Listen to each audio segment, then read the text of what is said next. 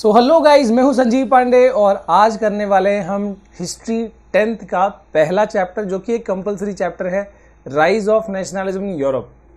अब होता ये है कि ये चैप्टर जब हम पढ़ते हैं बिना टीचर के, मतलब कि अगर हमको बिना सपोर्ट के अगर सिर्फ टेक्स्ट बुक पढ़ना हो तो बहुत दिक्कत होती है। एंड ऑब्वियसली आपका हिस्ट्री आपको पता है कि थोड़ा सा लेंदी बना दिया जाता है उसको। तो इसके ऊपर ऑलरेडी मैंने वीडियो बनाया है, बट काफ़ी बच्चे चाह रहे थे कि कम से कम पहले चैप्टर का इसको क्रिएट किया जाए, तो I am creating it, don't worry. And इसको हम ऐसे करेंगे कि आप अगर इस वीडियो को, जो कि मैं एक मस्त समराइज फॉर्म में आपको सारी चीज़ें जो है डेट वाइज सब कुछ समझ में आ जाएगा। बस इसके बाद आपको करना ये होगा कि एक बार अपने एनसीईआरटी को, अपनी किताब को एक बार देख लोगे, या क्वेश्चन आंसर जिस भी रेफरेंस बुक को आप देख रहे हो उसमें से आप पढ़ लोगे, आपका सारा प्रिपरेशन प्रॉपर तरीके से हो जाएगा। ठीक है, और कभी भी हिस्ट्री को रटने मत जाओ, दैट विल बी वेरी, मतलब मेरे हिसाब से बहुत डेंजरस हो जाता है वो। मैंने कोशिश किया था एक टाइम पे, सो दैट बिकेम डिफिकल्ट। ठीक है, तो यहाँ पर हम इसको समझेंगे चैप्टर को पहले। So starting with the first one. Okay, तो यहाँ पर सबसे पहले है कि ये जो पिक्चर दिया हुआ है क्या है। ये पिक्चर, ये जो बनाया गया है, ये आर्ट जो बनाया गया है, ये फ्रेडरिक सोरियू ने 1848 में, ठीक है, जो कि एक आर्टिस्ट हैं, जो कि एक, ठीक है, इन्होंने ये प्रिंट दिया था। और अब क्या है पहले तो ये देख लो, और इस पे पिक्चर बेस्ड क्वेश्चंस भी बन सकते हैं। ओके, हालांकि पिछली बार ऐसा नहीं आया था बोल के, बट फिर भी हमको देखना है। The dream of world wide democratic and social republics, मतलब आपको पता है कि सिर्फ यूरोप नहीं, पूरी दुनिया भर में, ठीक है, ज़्यादातर जगहों में क्या सिस्टम था, क्या डेमोक्रेसी थी, क्या रिपब्लिक था? नहीं। उस टाइम पे सिर्फ एब्सोल्यूटिस्ट, या कह सकते हो जो मोनार्की फॉर्म है, राजा महाराजा का सिस्टम चलता था, है ना। तो लोग जो है धीरे धीरे थोड़ा सा, मतलब कि कह सकते हो उनको थोड़ा सा नॉलेज हुआ, थोड़ी ज़्यादा समझ हुई, और उनको ये समझ में आया कि ये जो सिस्टम है इससे इक्वालिटी नहीं होती, हर इंसान को जीने का बराबर अधिकार है। तो ये सारी जब फीलिंग्स डेवलप होने लगी, तो धीरे धीरे करके लोगों में अब यहाँ पर देखो नेशनलिज्म की बात करी गई है, तो मतलब कि अब बात ये हो रही है कि अब ये राजा महाराजा का सिस्टम को हटाया जाए और एक नेशन स्टेट का कंसेप्ट लाया जाए। मतलब जैसे भी हम जानते हैं अलग अलग देश है, इंडिया है, अमेरिका है, ठीक है, तो जो भी कंट्रीज है, तो ऐसा कंसेप्ट लाया जाए। ठीक है, अब ये क्यों हुआ, क्या रीज़न थे इसके पीछे, ठीक है, तो वो सब चीज़ें हम देखने वाले हैं। बट यहाँ पर ये जो अब इमेज दिया हुआ है, इसमें देखो अब क्या दिखाया गया है। इसमें ये शो करने की कोशिश की गई है कि जो इतनी बड़ी लाइन, ये लोगों की जो इतनी बड़ी लाइन लगी हुई है, ठीक है, ये स्टैच्यू ऑफ लिबर्टी, आपको पता है स्टैच्यू ऑफ लिबर्टी क्या इंडिकेट करता है। तो यहाँ पर मतलब बेसिकली आज़ाद देश, आज़ादी, नेशन स्टेट, ये कंसेप्ट जो है ये लोग लाना चाहते हैं। और धीरे धीरे लोग देखो इस चीज़ को पार करते हुए अपने अपने देश का झंडा, नेशन स्टेट आ गया तो ये फ्लैग का कंसेप्ट आ जाएगा, तो अपने अपने देश का फ्लैग जो है वो लेके और मार्च कर रहे हैं, ठीक है, ताकि वो ये जो डेमोक्रेटिक और social Republic form of rule ले आए। ठीक है, तो ये ड्रीम कर रहे हैं लोग, मतलब ऐसे सोच रहे हैं यहाँ पर, या फिर पूरी दुनिया की यही चाहत है, ठीक है, कि ऐसा हो। और देखो इसमें और क्या बताया गया है कि लोग जब ऐसा चाह रहे हैं तो जो जीसस क्राइस्ट है, ठीक है, या जो भी भगवान है, ठीक है, वो आशीर्वाद दे। देखो यहाँ पर सभी लोग मिलके आशीर्वाद दे रहे हैं कि हाँ भाई ये अच्छी चीज़ हो रही है। और क्या है, देखो यहाँ पर ये जो कचरे का ढेर पड़ा है, इसमें आप देख सकते हो यहाँ पर क्राउन, ठीक है, तो ऐसी जो भी चीज़ें हैं, मतलब किंग के को रिप्रेजेंट करती है, वो सब चीज़ें ख़त्म हो रही है। तो यानी मोनार्की ख़त्म होके और ये डेमोक्रेटिक फॉर्म, ये रिपब्लिक फॉर्म ऑफ जो सिस्टम है वो लाने की चाहत है। ठीक है, तो ये जो है फ्रेडरिक सोरियू ने 1848 में अपने प्रिंट में ये दर्शाने की कोशिश की थी। अब यहाँ पर आगे देखते हैं गाइस यस, तो इस चैप्टर में हमको 6 पार्ट्स है टोटल, या सब यूनिट्स कह सकते हो यहाँ पर। तो इसमें हमको सबसे पहले देखना है, मतलब शुरुआत जो है वो फ्रेंच रेवोल्यूशन से ही हुई। तो आपको पता है कि मतलब 9th में हमने ऑलरेडी पढ़ा है फ्रेंच रेवोल्यूशन। तो वो जो फ्रेंच रेवोल्यूशन था वो पहला इम्प्रेशन था इस चीज़ के ऊपर, नेशनलिज्म वाली जो फीलिंग है, ठीक है, फ्रांस में सबसे पहले इस, अब क्या कैसे डेवलप हुआ वो हमको देखना है। सो French revolution and the idea of nation. उसके बाद सेकेंड पढ़ना है हमको making of nationalism in Europe.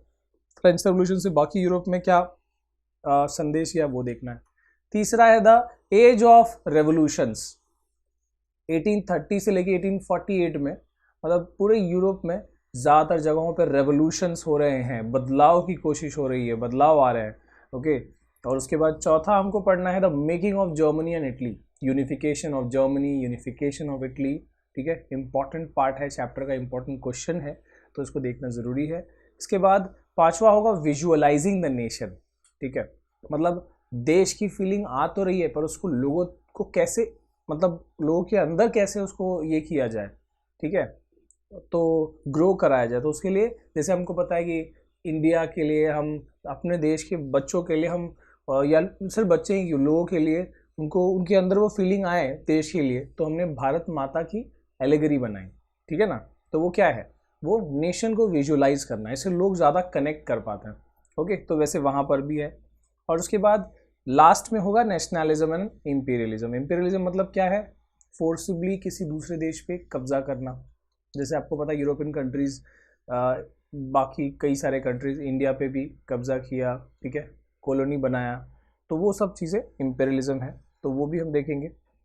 So starting with the first one, French revolution and the idea of nation. Yes, तो यहां पर सबसे पहले फ्रेंच रेवोल्यूशन स्टार्टेड इन 1789, ठीक है, ये चीज़ आपने ऑलरेडी 9th में पढ़ी है, तो आप इसको उससे कनेक्ट करते जाओ। सो French revolution started in 1789 which has the first impression of nationalism in Europe, ठीक है, तो ये फ्रेंच रेवोल्यूशन नेशनलिज्म का पहला इंप्रेशन था यूरोप में। ओके, इसके बाद फ्रेंच पीपल डिमांडेड, अब इसमें क्या चाहत हो रही थी, French people demanded abolishment of monarchy and establishment of democracy. मतलब यही है ना नेशनलिज्म, यानी क्या, जो हम अभी फेडरिक सोरियो के प्रिंट की बात कर रहे थे, वही चीज़ शुरू हो रही है यूरोप में। सबसे पहले कहाँ पर, फ्रांस में, तो पहला इंप्रेशन फ्रांस में पड़ा। वहाँ के लोग क्या चाहते थे, मोनार्की खत्म करना, एबोलिशमेंट मतलब खत्म करना, मोनार्की खत्म करना, और क्या एस्टेब्लिश करना, डेमोक्रेसी, ठीक है, लोगों का शासन। ओके, अब इसके बाद major changes during French revolution, क्या क्या चेंजेस हुए, ठीक है, फ्रेंच रेवोल्यूशन के दौरान। ला पात्री, ली सितोयन, ला पात्री और ली सितोयन। ला पात्री का मतलब है द फादरलैंड, ली सितोयन का मतलब है सिटीजन्स ऑफ द कंट्री, ठीक है। तो यहाँ पर मतलब अब जो नेशनलिज्म वाली फीलिंग की बात हो रही है कि हमारे देश को, हमारे लोग जो उसके सिटीजन्स है, ठीक है, उनका वो देश है, ठीक है, और वो देश जो है हमारा फादरलैंड, ठीक है। सो दिस, ये जो दो फीलिंग थी फ्रांस में, ये ज़्यादा एम्फेसाइज होने लगी। So this emphasised United community and equal rights, इससे, ठीक है, पूरे कम्युनिटी का यूनिटी और इक्वल राइट्स की बात होने लगी। इसके बाद नेक्स्ट क्या है, power transferred from monarchy to common people. तो जब ये फ्रेंच रेवोल्यूशन हुआ तो इससे क्या हुआ कि जो पावर है वो ऑब्वियसली मोनार्की तो एबोलिश होने लगा, तो पावर जो है वो कॉमन पीपल को मिलने लगा। इसके बाद ये सब चीज़ें, नेशनलिज्म पहली शुरुआत, ठीक है, फ्रांस से हो गई है। इसके बाद धीरे धीरे करके वो स्प्रेड होगा। सो इंट्रोड्यूस न्यू फ्लैग। अब इससे ऑब्वियसली मैंने बताया कि जब नेशन स्टेट बनता है, जब अब नेशन स्टेट क्या होता है वो चीज़ भी आगे मैं आपको ज़्यादा क्लियर करूँगा डेफिनेशन के साथ, बट फिलहाल नेशन स्टेट यानी कि एक ऐसा अब सब जो रीजन जहाँ पर कॉमन हिस्ट्री, कॉमन कल्चर, ठीक है, कॉमन कम्युनिटी वाले, कॉमन लैंग्वेज, जो भी चीज़ें कह सकते हो आप, तो ऐसे जो लोग हैं, ज़रूरी नहीं कि कॉमन लैंग्वेज, ठीक है, बट कॉमन हिस्ट्री बेयर करने वाले मेनली, ठीक है, लोग रहते हैं, तो उस हिसाब से उनका एक फ्लैग होना चाहिए, नेशन, कोई एक नेशन है तो। सो दे इंट्रोड्यूस फ्लैग। और क्या हुआ, French become the national language, French जो है वो नेशनल लैंग्वेज बना दिया गया। New national anthem compose and oath taken, नया नेशनल एंथम बनाया गया और कस्में खाई गई भाई देश के लिए। उसके बाद state general elected by common people and renamed national assembly. State generals बनाए गए, रिप्रेजेंटेटिव्स बनाए गए लोगों का, मतलब अब बेसिकली वो डेमोक्रेसी से के हिसाब से, और नया नेशनल असेंबली बनाया गया। Internal custom duties were abolished, मतलब देश के अंदर ही जो टैक्सेस चलते थे, जो कस्टम ड्यूटीज चलती थी, उसको खत्म करी गई। अगर वो एक ही देश है तो कस्टम कैसा, कस्टम तो बाहर से कुछ चीज़ आएगी या ठीक है तो उसके ऊपर लगता है, तो यहाँ पर कैसा कस्टम ड्यूटी, वो खत्म किया गया। Nationalism idea taken abroad was taken abroad by French army. तो ये जो नेशनलिज्म की फीलिंग जो फ्रांस में शुरू हुई है, अब फ्रेंच आर्मी उसको बाहर दूसरे मतलब यूरोप की दूसरी कंट्रीज में उसको ले जाने लगी। अब इसके बाद क्या हुआ, ये तो 1789 में जब जो यहाँ पर रिफॉर्मेशन हो रहा है, यहाँ पर जब लोग डेमोक्रेसी के साथ सामने आ रहे हैं, तो 89 यानी 10 साल बाद, 1789 के 10 साल बाद यानी 1799 में क्या हुआ, नेपोलियन की एंट्री हुई थी।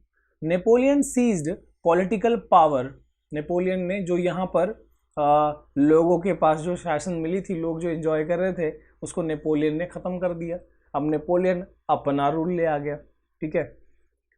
अब देखो नेपोलियन की दो बातें यहाँ बताई है, ठीक है, positive and negative impact. Hold on, yes, तो देख लेते हैं कि 17 यानी 10 साल बाद जब 1799 में नेपोलियन ने जब पावर लिया फ्रांस का, तब क्या हुआ, ठीक है। तो यहाँ पर अगेन एक डिक्टेटर आ गया, मोनार्की खत्म हुई, डिक्टेटरशिप आ गया। लोग मतलब समझ नहीं पाए, या लोग जो है अपना एंजॉय कर रहे थे अपनी डेमोक्रेसी, और पूरी तरह से वेल सेट नहीं हुई थी। इस वजह से नेपोलियन ने उसका फ़ायदा उठा के और पॉलिटिकल पावर को अपने हाथ में ले लिया, ठीक है। सिविल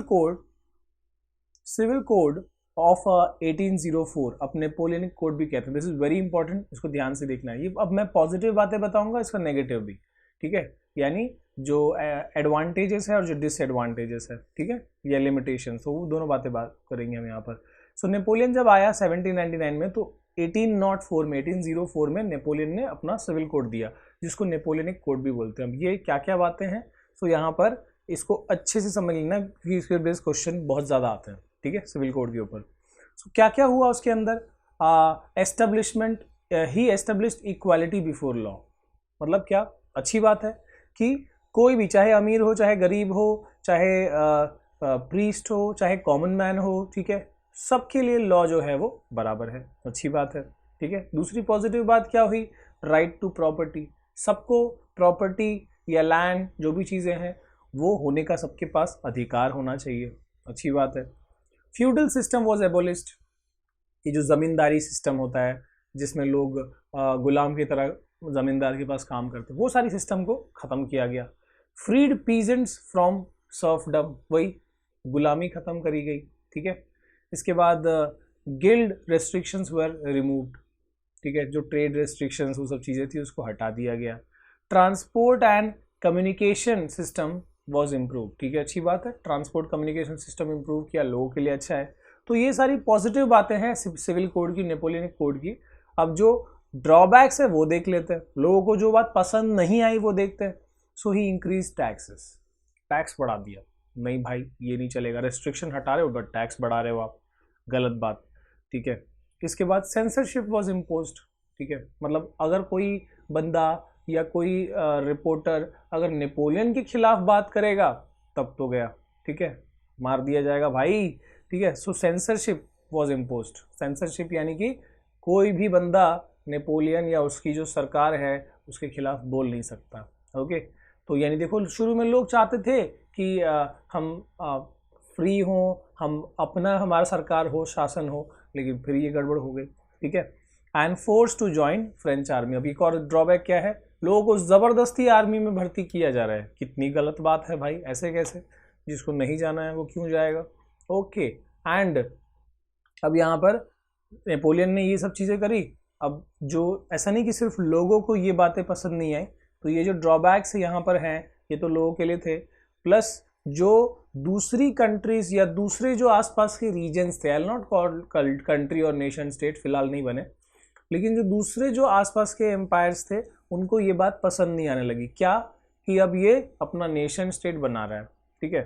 तो इसके लिए जो दूसरी रीजन से जैसे रशिया, ऑस्ट्रिया, ब्रिटेन, प्रूशिया, ये जो एम्पायर्स थे ये लोग ने क्या किया, ये लोगों ने नेपोलियन से लड़ाई करी, फाइट करी। कौन सी वाली बैटल? बैटल ऑफ वाटरलू, ठीक है, इन 1815।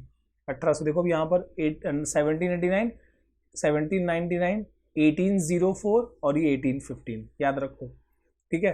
तो यानी 1789 में क्या हुआ था, लोगों ने मोनार्की सिस्टम खत्म करके डेमोक्रेसी ले आए। 1799 में क्या हुआ, नेपोलियन आया, उसने पॉलिटिकल पावर अपने हाथ में ले ली, ठीक है। और उसके बाद 1804 में अपना कोड दिया जिसमें कुछ पॉजिटिव कुछ नेगेटिव बातें थी।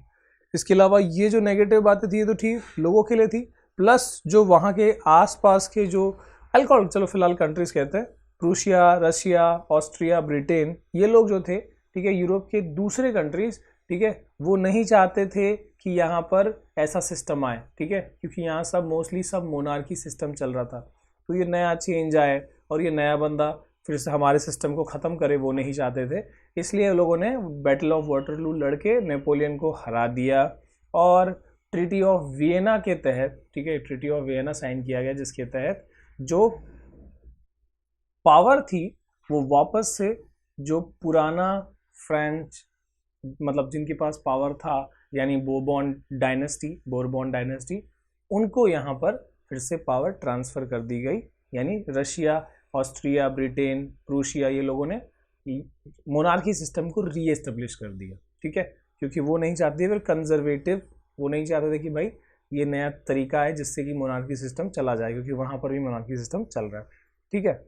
अब इसके बाद देखेंगे ये second, the making of nationalism Europe. तो यहां पर यस, तो यहां पर हम बेसिकली अब देखने वाले हैं कि नेशनलिज्म अब फ्रांस से अब यूरोप में कैसे अब आ रहा है धीरे धीरे। भले ही फ्रांस में एस्टेब्लिश हो गया फिर खत्म हो गया, तो लेकिन यूरोप में कैसे शुरू हुआ, क्या मेन रीजन थे उसके पीछे। तो in the middle of 18th century there were no nation state. Middle of 18th century तक कोई नेशन स्टेट नहीं था, ठीक है, सिर्फ मोनार्की सिस्टम चल रहा है, जिसको जितना लड़ाई करके जो जितना हासिल कर ले रहा है बस वही चल रहा है, कोई नेशन स्टेट नहीं था। क्या हुआ फिर, अब यूरोप में जो डाइवर्सिटी थी वो कैसी थी, जो लोगों का डिस्ट्रीब्यूशन था वो कैसे था, देखो। तो structure of European society, this was the main reason. अब यहाँ पर एक बहुत बड़ा रीजन पता चलेगा जिसकी वजह से नेशन स्टेट की चाहत होने लगी थी, ठीक है। दो क्लास पहले से थे, दो ग्रुप ऑफ पीपल पहले से थे, एरिस्टोक्रेसी और पिजेंट्री।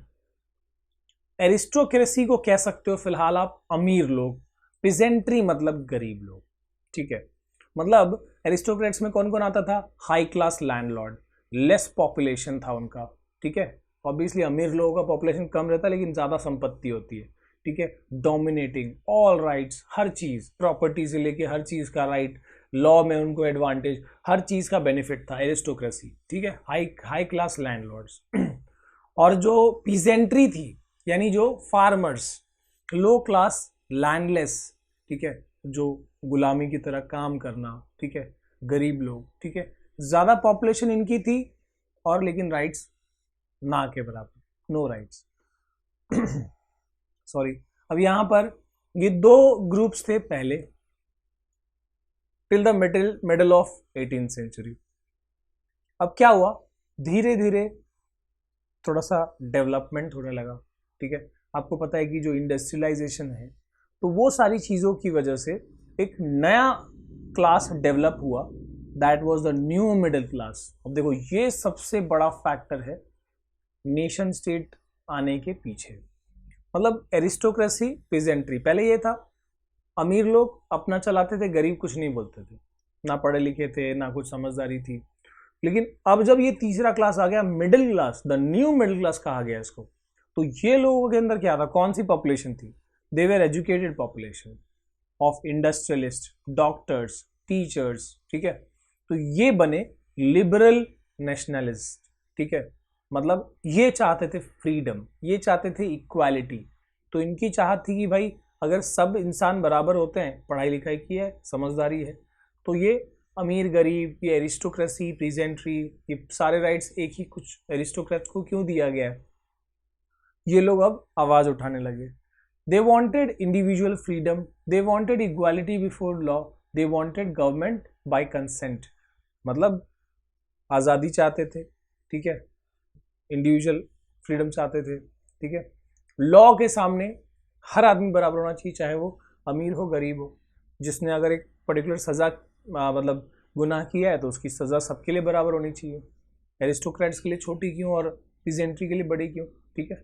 इसके बाद गवर्नमेंट जो है वो कंसेंट, बाय कंसेंट, मतलब अपनी चाहत के, अपना जो हमने जो सोचा या हम जो चाहते हैं वैसी मॉब से गवर्नमेंट बने, ठीक है, वैसे क्या वोटिंग हो बेसिकली। अब यही लोगों ने, न्यू मिडिल क्लास ने ज़ोल्वरीन बनाया, ठीक है। ज़ोल्वरीन क्या है? तो ये कस्टम यूनियन है जो 1834 में बनाया गया। और ये किस लिए बनाया गया? ये लोगों ने क्या किया, ये लोगों ने जो टैरिफ बैरियर्स है, जो ट्रेड बैरियर्स है, उसको ख़त्म किया, ओके। और जो उस वक्त काफ़ी सारी करेंसीज चलती थी एक ही रीजन में, ठीक है, यूरोप में कितनी करेंसीज चल रही थी, तो 28 से 30 करेंसीज को अबॉलिश किया, ख़त्म किया, ठीक है, ताकि कॉमननेस आए। तो ये सब से मतलब अब यहाँ पर क्या हो रहा है, ये जो न्यू मिडिल क्लास है, ये लोग यहाँ पर धीरे धीरे अब चेंजेस ला रहे हैं, ठीक है, यूरोपियन सोसाइटी में। एंड अब यहाँ पर देखो, ये तो एक बात हो गई, ये तो एक थॉट हो गया, जो न्यू मिडिल क्लास का है वो चाहते हैं कि आए, हाँ, मतलब ये चेंज आए, ये रिफॉर्मेशन आए। लेकिन दूसरी तरफ जो लोग नहीं चाहते थे वो क्या कर रहे थे, जैसे कि हमने बताया कि रशिया, ठीक है, ब्रिटेन, ऑस्ट्रिया, ये लोगों ने क्या किया, बैटल ऑफ वाटरलू में जो नेपोलियन है उसको हरा के और वापस से वहाँ पर बोरबॉन डायनेस्टी को रीसेट कर दिया, ठीक है, रीएस्टेब्लिश कर दिया। तो यानी जो कंजर्वेटिव्स थे, कंजर्वेटिव्स मतलब वही जो एरिस्टोक्रेसी, एरिस्टोक्रेट्स मैक्सिमम, और जो अपर क्लास है, ठीक है, पूरे यूरोप के, वो क्या चाहते हैं, मोनार्की ही रहे, इसमें हमको बहुत आराम है, ठीक है। सो वो लोगों ने ट्रीटी ऑफ वियना साइन किया और वो हमने देखा वहाँ पर क्या हुआ कि वो लोग चाहते थे यूरोप में मोनार्की सिस्टम रहे, ये कोई डेमोक्रेसी ना आए। तो अब दो थॉट्स बन रही है, कंजर्वेटिव्स का अलग और यहाँ पर न्यू मिडिल क्लास की थॉट जो है वो आ रही है, ठीक है। तो ऑब्वियसली आपको पता है कि पीजेंट्स, जो पीजेंट्री है वो मोस्टली किसको सपोर्ट करेगी, न्यू मिडिल क्लास को, क्योंकि वो भी चाहते हैं अंदर से कि भाई हमको भी कुछ आज़ादी, कुछ राइट्स मिले। आगे देखते हैं। यस, तो अब ये थर्ड जो है वो है एज ऑफ रेवोल्यूशंस, 1830 से लेके 1848। तो ये जो फेज है इसमें यूरोप में काफ़ी रेवोल्यूशंस हुए, काफ़ी बड़े बड़े चेंजेस हुए, ठीक है। अब दो आइडियाज़ जो वहाँ पर स्पेशली डेवलप हुए because of educated middle class, कौन से आइडियाज़ है, एक है जो लिबरलिज्म का है और दूसरा है नेशनलिज्म का, आज़ादी और देश भावना, ठीक है। ये दो चीज़ें जो है वो बहुत पॉपुलर हो गई यूरोप में, क्योंकि जो मिडिल क्लास का है, न्यू मिडिल क्लास, वो लोग एजुकेटेड थे और वो ये चीज़ की चाहत बहुत स्ट्रांगली कर रहे थे, ठीक है।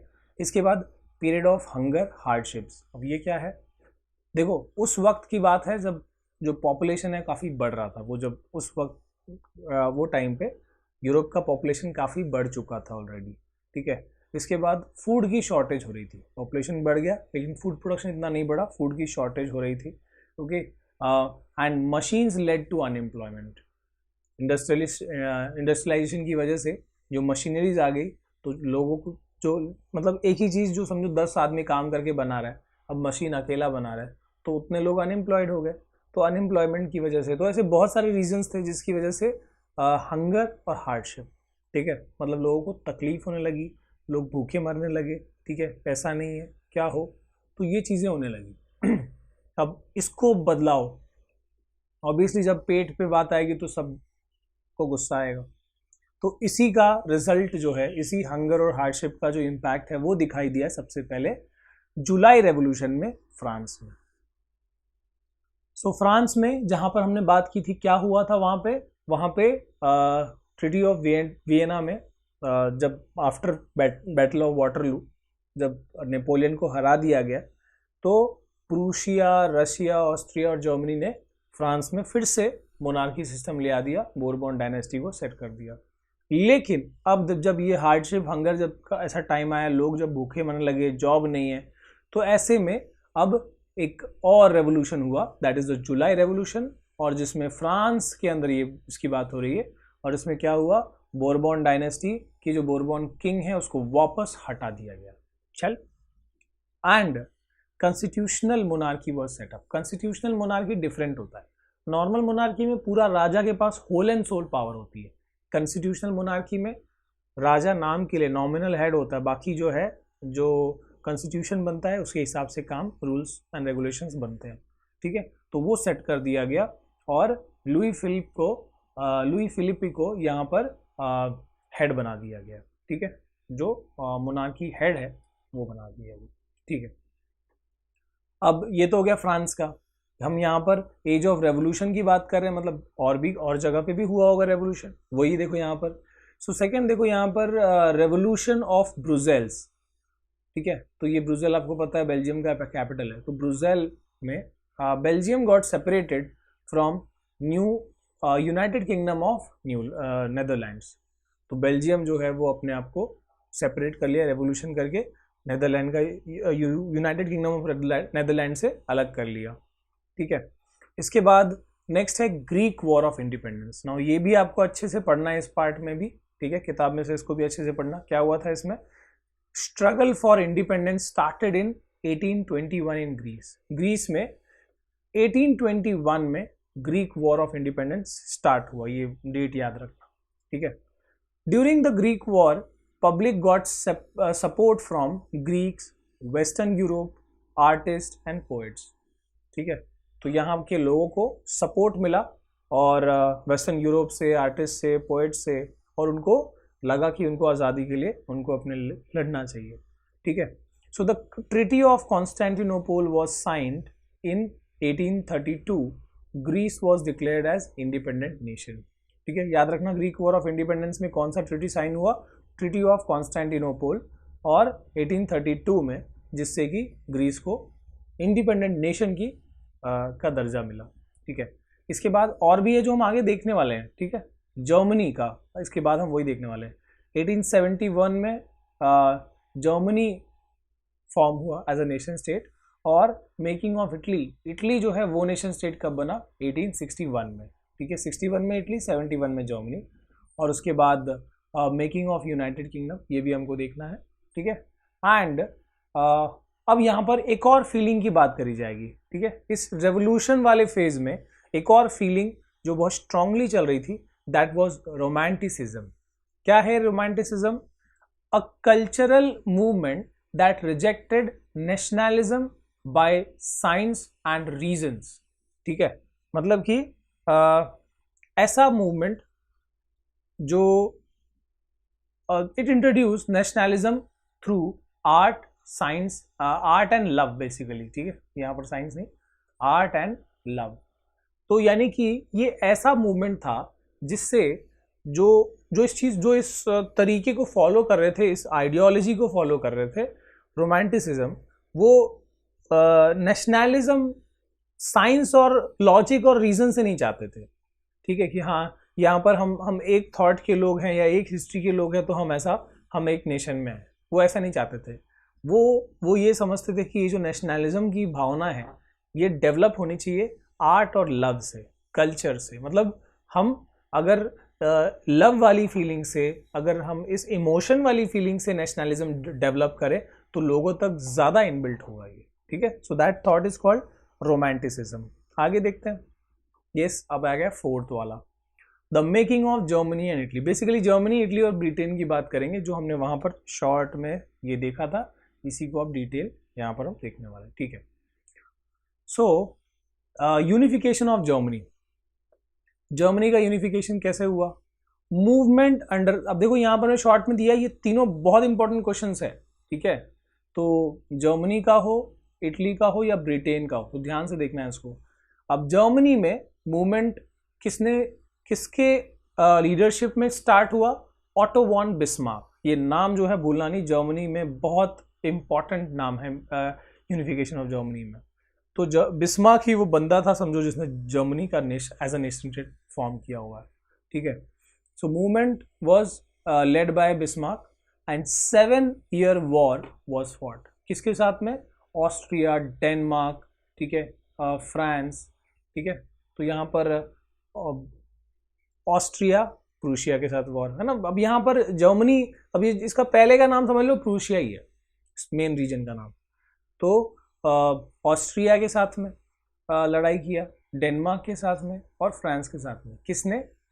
बिस्मार्क ने, ठीक है, प्रूशिया के लिए या जर्मनी के लिए 7-year वॉर, ठीक है।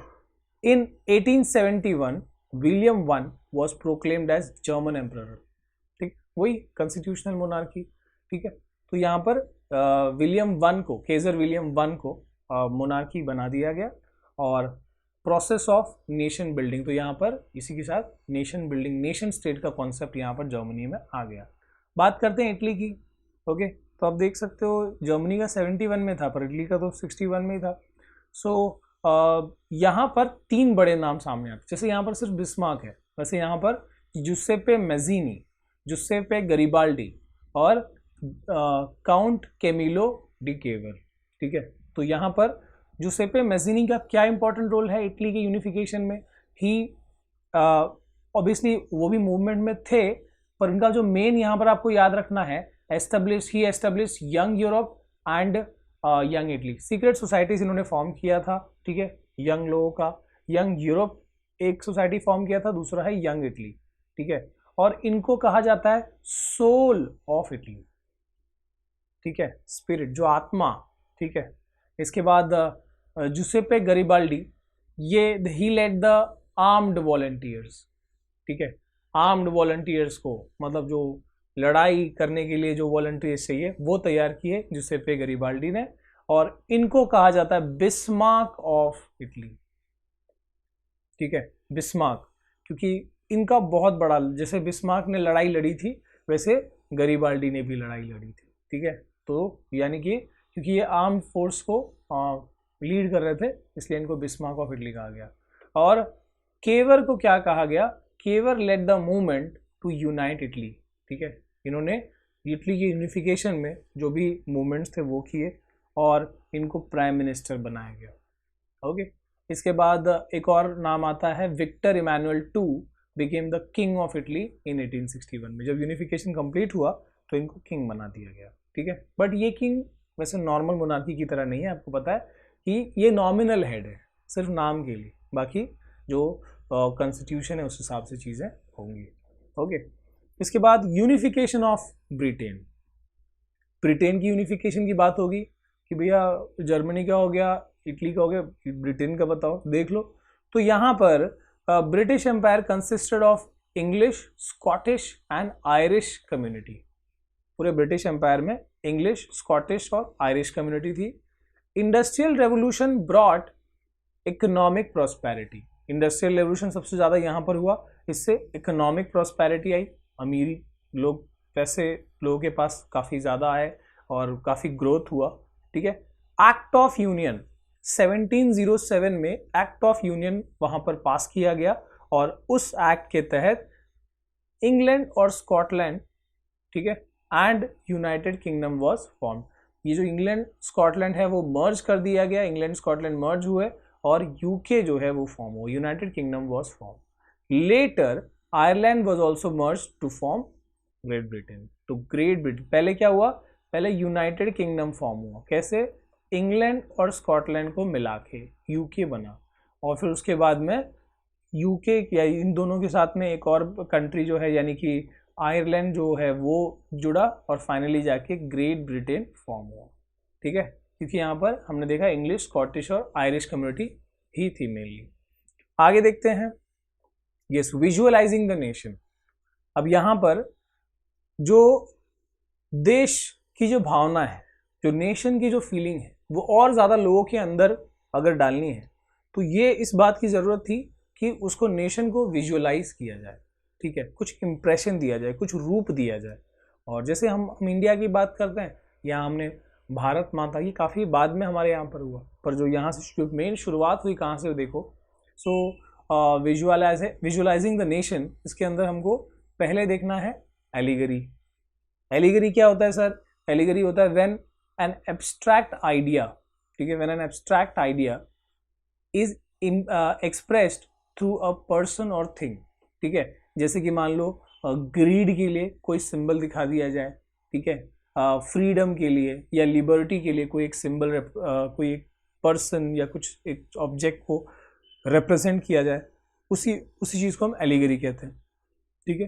An allegorical story has two meaning, one literal one symbolic, ठीक है। अब जैसे यहाँ पर जर्मनी ने, या जर्मनी के लिए जब नेशन स्टेट फॉर्म हो रहा था, तो वहाँ पर ये जो इमेज है वो वहाँ पर बनाया गया था, और जिनको जर्मेनिया नाम दिया गया था। जैसे मैंने कहा इंडिया के लिए भारत माता, वैसे वहाँ के लिए जर्मेनिया बनाया गया। ऐसी फ्रांस के लिए मरियान, ठीक है, मतलब उनके लिए कि हाँ भाई ये हमारी मदर नेशन है, ओके। तो ये देश को पर्सोनिफाई करने की कोशिश करी फीमेल एलिगरी से, okay. So this was done by artist of 18th and 19th century. अब और सिंबल्स की बात करते हैं, जैसे कि यहाँ पर जो भी बताया गया उसको हम देख लेते हैं, 1 सेकेंड, ओके। तो इसमें देख सकते हो आप कि ब्रोकन चेन दिखाया गया है कि नहीं? देखो ये वाला ब्रोकन चेन। तो ये ब्रोकन चेन क्या सिग्निफाई करता है या क्या रिप्रेजेंट करता है? फ्रीडम, कि हाँ हम अब वो जंजीर से फ्री हो चुके हैं, ठीक है, फ्रीडम रिप्रेजेंट करता है। इसके बाद ब्रेस्ट प्लेट विथ ईगल, कहाँ गया ये वाला, क्या रिप्रेजेंट करता है? This is symbol of German empire, strength, strength represent करता है जर्मन एम्पायर, ठीक है। क्राउन ऑफ ओक लीव्स, ये क्या बताता है? Heroism. Crown of oak leaves ये बता रहा है हीरोइज्म, ओके। इसके बाद स्वॉर्ड, ये क्या बता रहा है? रेडीनेस टू, ये जो तलवार है ये बता रहा है कि भाई हम कभी भी फाइट करने के लिए तैयार हैं, ठीक है। बेसिकली हम अपनी रक्षा कर सकते हैं, है ना। Oak leave, oak branch around the sword, तो यहाँ पर ये जो बताया जा रहा है oak branch around the sword, ये क्या बता रहा है? विलिंगनेस टू मेक पीस, मतलब शांति बनाने के लिए हम तलवार उठा सकते हैं, ओके। इसके बाद black red and gold try colour, तो ये जो दिख रहा है ब्लैक रेड एंड गोल्ड, जो तिरंगा दिख रहा है इन लोगों का, ठीक है, वो क्या बता रहा है? Flag of liberal nationalist in 1848 banned by dukes of German state, ठीक है, जो उस वक्त का 1848 का फ्लैग बताया जा रहा है जर्मन स्टेट का। And rays of rising sun, ये जो रेज ऑफ राइजिंग सन है ये क्या बता रहा है? This is the beginning of new era, ठीक है, नए युग की शुरुआत, ठीक है, राइजिंग सन, ओके। तो ये कुछ सेंस बनाते हैं ये जो एलिगरीज यहाँ बताए गए हैं, जिनके शाब्दिक मतलब यानी लिटरल मीनिंग अलग है, बट इनका सिंबलाइजेशन कुछ और बता रहा है, ठीक है। ये हो गया। इसके बाद फाइनली जो यहाँ पर 6th पार्ट है, नेशनलिज्म एंड इम्पेरियलिज्म। तो during the end of 19th century के एंड में यहाँ पर nationalism started converting into imperialism. मतलब क्या हुआ कि अपने देश की फीलिंग जो है वो तो आ चुकी थी 19th सेंचुरी के एंड में, अब क्या हुआ वो धीरे धीरे कन्वर्ट होने लगा कि अपने देश के दायरे को बढ़ाया जाए, यानी कि दूसरे इलाके को भी कैप्चर किया जाए, ठीक है, दूसरे जगह को भी कैप्चर किया जाए। So this is called imperialism. इस वजह से वो लोग ट्रैवल करके और दूसरे आसपास के इलाके, कहीं दूर के इलाके एरियाज को वो लोग हमला करके जीतने लगे और उसको अपने अंडर में लेने लगे, ठीक है। The policy of expanding countries power by use of military और by other means is called imperialism. अपने कंट्री के पावर को बढ़ाना मिलिट्री को यूज करके या कुछ और तरीके यूज करके, ठीक है। जैसे इंडिया में वो जो ब्रिटिशर्स आए तो वो ट्रेडर्स की तरह बन के आए और यहाँ पर फिर वो लोगों ने कब्जा कर लिया बेसिकली। तो ये जो है इसी को इम्पीरियलिज्म कहते हैं, ठीक है। तो पहले नेशनलिज्म की फीलिंग डेवलप हुई वहाँ यूरोप में और फिर इम्पीरियलिज्म की होड़ लगी, लड़ाई, मतलब ऐसा हो गया कि कंपटीशन हो गया कि किसके पास कितना ज़्यादा कॉलोनीज होगी। इस चीज की वहां पर लड़ाई शुरू हो गई। अब देखो उसकी वजह से एक और बड़ा जो घटना है वो यहाँ पर देखेंगे। Nationalist tension started in Balkan area after 1871।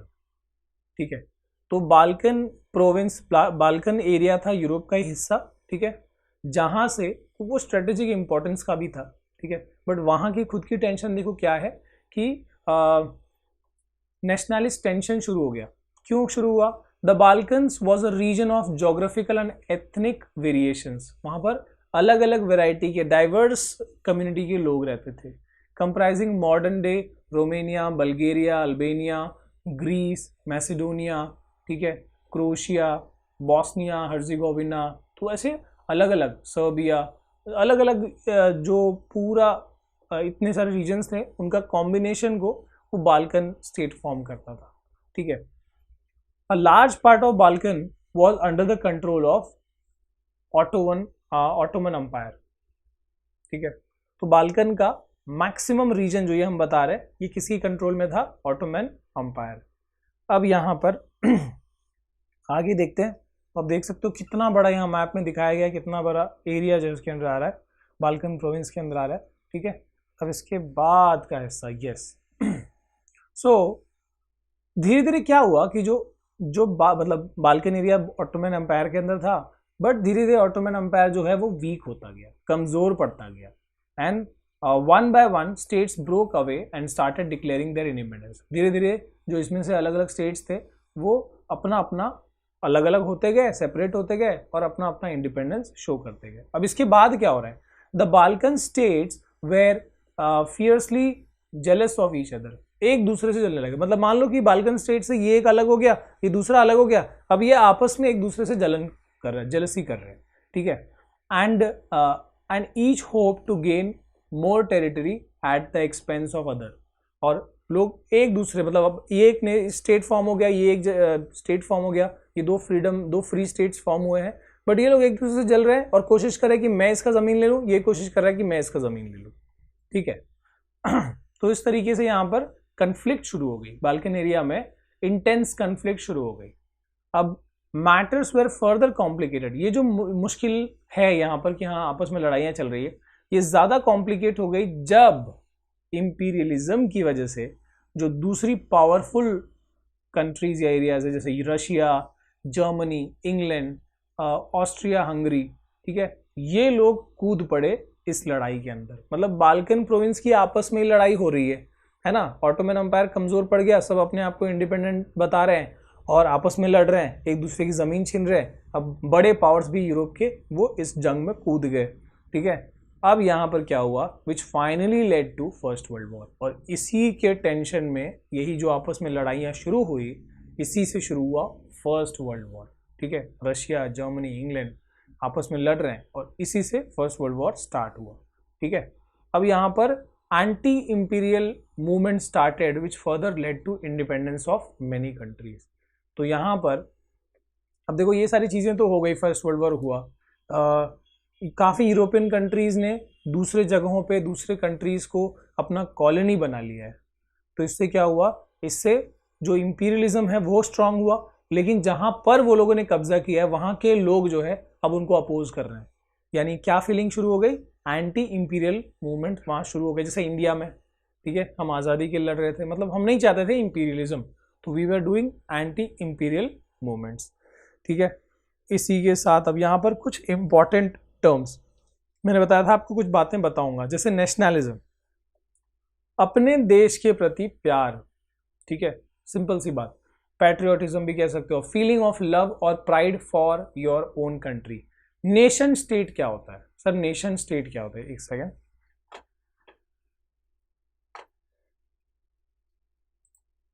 Yes, nation state का मतलब है the one in which citizen share a sense of common identity, common history, common culture, common language, common tradition. तो ऐसे बहुत सारे, मतलब काफ़ी कॉमननेस, ज़रूरी नहीं कि कॉमन लैंग्वेज होगा, तो जैसे इंडिया में डाइवर्स लैंग्वेज है, स्टिल हमारा ट्रेडिशन, हमारा हिस्ट्री, हमारा कल्चर कॉमन है, इसलिए we call India as nation state. इसके बाद एब्सोल्यूटिस्ट क्या है ये? अ गवर्नमेंट और सिस्टम और rule that has no restraint on the power exercised like monarchy. ठीक है, मतलब ऐसा फॉर्म ऑफ गवर्नमेंट जहां पर जो पावर है बहुत अनलिमिटेड है अथॉरिटी के पास। जैसे राजा महाराजा के सिस्टम में अगर सजा देना है तो सजा दे दिया, माफ करना है तो कर दिया, कोई हार्ड एंड फास्ट कोई ऐसा लिखा हुआ कानून नहीं है, जो मन में आया वो कर दिया। ठीक है, सो उसको एब्सोल्यूटिस्ट कहते हैं। यूटोपियन क्या है?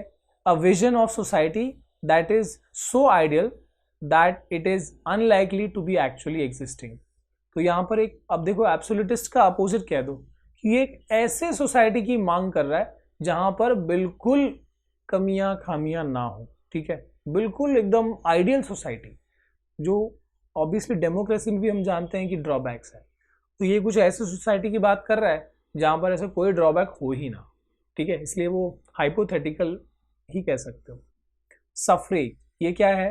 राइट टू वोट, वोटिंग का अधिकार। कंजर्वेटिज्म बताया मैंने कि a political philosophy that stressed in importance of tradition, established institution and custom and prefer gradual development। मतलब ये चाहते हैं कि धीरे धीरे चेंजेस आए, धीरे धीरे डेवलपमेंट आए, एकदम से चेंजेस ना आए। जो सिस्टम है उसको एकदम से रिफॉर्मेशन एकदम से बदला ना जाए। ठीक है, जैसे यूरोप में जो मेन ज़्यादातर कंट्रीज थी वो लोगों ने फ्रांस पे हमला क्यों किया? जो बैटल ऑफ वाटरलू में नेपोलियन पे क्यों हमला किया? दे वर ऑल कंजर्वेटिस्ट, वो नहीं चाहते कि एकदम से ऐसा बदलाव आए। इसके बाद फेमिनिस्ट, फेमिनिस्ट तो आपको पता है फीमेल के इक्वालिटी के लिए, mainly awareness of women's right and interest based on the belief of social, economic and political equality of genders. चाहे मेल, जितने अधिकार मेल को है उतने ही फीमेल को, इस जेंडर में इनइक्वालिटी ना हो, ऐसी चीज जब आती है that is called feminism. Okay, ideology, ideology क्या होता है? A system of ideas reflecting a particular social and political vision. ठीक है, विचारधारा। Ethnic relates to a common racial, tribal और कल्चरल ओरिजिन और background that a community identifies with और claims. ठीक है, जो commonness in culture, tribal, racial forms, ठीक है, उसको एथनिक कहते हैं। इसके बाद एलिगरीज, एलिगरीज हमने बता दिया, when an abstract idea, for example greed, envy, freedom, liberty is expressed through a person और अ थिंग। ठीक है, जैसे कि कोई सिंबल किसी चीज को सिंबलाइज कर, जैसे स्वॉर्ड, ठीक है, ब्रेवरी को सिंबलाइज कर रहा है, ये क्या है? एलिगरी। इसके बाद इंपॉर्टेंट कैरेक्टर्स, जो यहाँ पर इंपॉर्टेंट कैरेक्टर्स है चैप्टर में, फेडरिक सोरियो, ये हमने पढ़ा। इन्होंने ये एक फ्रेंच आर्टिस्ट थे, ठीक है, who visualise his dream of a, जो पिक्चर सबसे पहले हमने चैप्टर में दिखाया, of a world made up of democratic and social republic. Napoleon Bonaparte, French dictator who demolished democracy. ठीक है ना, 1799 में डेमोक्रेसी को खत्म कर दिया था फ्रांस में। Louis Philippe, he was made constitutional monarch of France after July revolution. ठीक है, फ्रांस में कॉन्स्टिट्यूशनल मोनार्क बना दिया गया था, पता है आपको, जुलाई रेवोल्यूशन के बाद। ठीक है, 1830 की बात है। Kjær William one was proclaimed German emperor after unification. जब जर्मनी का यूनिफिकेशन हुआ तो 1871 में जर्मन एम्परर बना दिया। उसके बाद Giuseppe Mazzini establish Young Europe and Young Italy. कब बना था यंग इटली? 1831 में। ठीक है, सीक्रेट सोसाइटी। इसके बाद Giuseppe Garibaldi leaded armed volunteers, ठीक है, और इनको बिस्मार्क ऑफ जर्मनी का, बिस्मार्क ऑफ इटली कहा जाता था। Count Camillo de Cavour led the movement to unite Italy and he was made prime minister also. Victor Emmanuel two became king of Italy जब वहां पर यूनिफिकेशन कंप्लीट हुआ 1861 में। Otto von Bismarck he fought to the unity of Germany. German unification में सबसे, मतलब एक ही नाम सबसे prime, that is Otto von Bismarck. Next देखते हैं, एंड एट द एंड एक सेकेंड, यस, तो यहां पर आप देख सकते हो कि पहले ये देख लेते हैं नेशनलिज्म इन यूरोप। तो यूरोप में नेशनलिज्म हम यहाँ पर दिखाते हैं, डेट वाइज भी देखो तो ये देखो, ब्रिटेन का 1688 से 1801 में नेशनलिज्म इन ब्रिटेन, वो सब यूनिफिकेशन, जो एक्ट ऑफ यूनियन, वो सारी चीज़ें जो कंप्लीट हुई, ठीक है। इसके बाद में 1830 से लेके 48 में फ्रांस, उसके बाद में यूनिफिकेशन ऑफ इटली इन 1859 से 61 में कंप्लीट हुआ। जर्मनी का यूनिफिकेशन कंप्लीट हुआ 71 में, और 71 से 1914 तक, जब तक वर्ल्ड वॉर की शुरुआत ना हो गई, तो उस टाइम तक बाल्कन का चल रहा था, ठीक है। ये हुआ नेशनलिज्म यूरोप का। अब यहाँ पर हम देखते हैं कुछ इंपॉर्टेंट डेट्स। ओके, तो फ्रेंच रेवोल्यूशन 1789 में स्टार्ट हुआ, ठीक है। इसके बाद मतलब वहाँ पर देखते हैं हम 1799 में, ये फर्स्ट पेज में आप वहाँ पर देखना, पहले स्लाइड में, नेपोलियन से आने से लेके वो सब, नेपोलियनिक कोड वेरी इंपॉर्टेंट। कब आया नेपोलियनिक कोड? 1804 में। ट्रीटी ऑफ वियना कब साइन हुआ?